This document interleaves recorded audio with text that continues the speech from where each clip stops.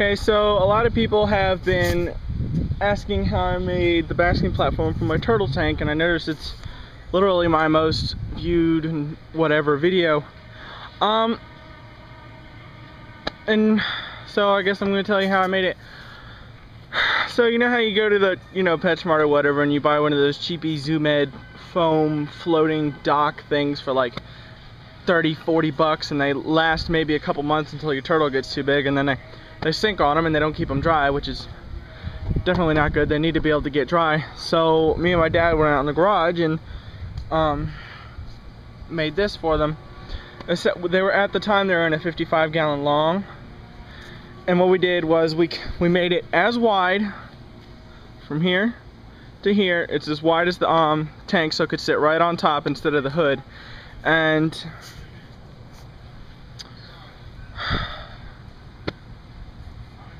well, I don't know what else to. Well, that, and then in here, let me take up the cork. This is the basic thing, and then underneath here we've got these. We bent them to be at a good angle for the ramp. So this part right here would actually be down in the water. You can actually kind of tell what the water line was at. It looks really rough because it's all rotten and everything, because we had it in there for like 2 or 3 years. It would definitely need to be replaced every year. That or use some sort of plastic to keep it from, something that won't rot. Then we went to the hardware store and got some plexiglass, just plain old plexiglass, and we screwed it on the front. But you have to be careful. You just want it snug, just snug. If you put it tight, you can see there's a crack. There's a couple of cracks on this one. If you get it tight, it'll crack. You just want it snug, just snug. And make sure all the screws and stuff that you use, like that little thing right there, and all your screws, make sure they're all stainless, because you don't want them to rot, because then your turtles can get septicemia if it gets in the water. It's just blood poisoning, and it's could kill them. I screwed the cork on the front of it on here because it's got these ridges in it, and it was perfect for them to climb up out of.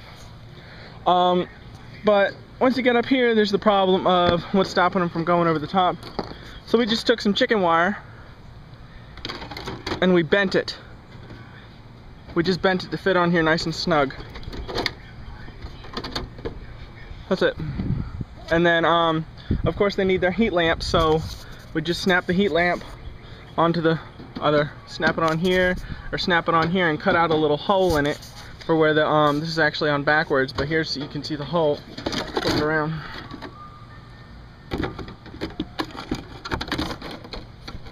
It would fit on here like this, and right here we have a little hole cut out for the bars of the heat lamp, and the heat lamp would sit up here and it would shine down into here. The plexiglass on the front was just so I could see them while they were up there, even though if you want, you can just not put the plexiglass. It'd make the turtles more comfortable, because they wouldn't be quite so nervous. The problem we ran into, though, was the side of the tank that it was on. We were putting this up there instead of the hood with the lights on it, so that whole side of the tank under it was dark. So instead of making ramp all the way across the top of the tank, we made ramp to about here, and then here, which is still above the actual water itself, we left a little bit of open space, and we cut out holes, and we just put the tank light here, so you wouldn't have a whole dark half of the tank, because that looks really tacky. I mean, the turtles don't care, but nobody wants half their tank to look like a creep, all dark and spooky. It's just plain old wood.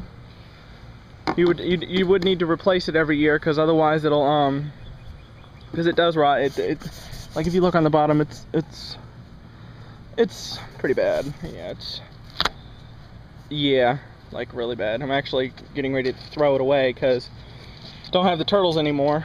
All the turtles are dead, because no, not from rusty screws. Oh god, it's really bad.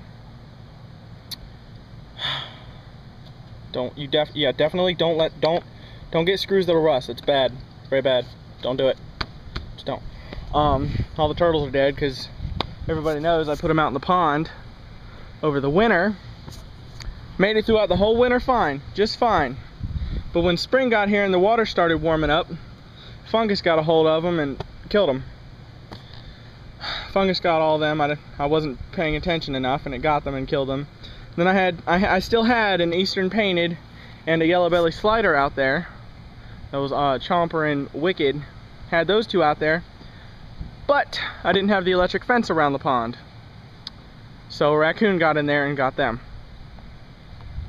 Definitely risky putting them in a pond, but they are happier out there because it's a, you know, big old pond is a lot more fun for them than a 100-gallon aquarium by a lot. Well, anyway, any questions, leave a comment.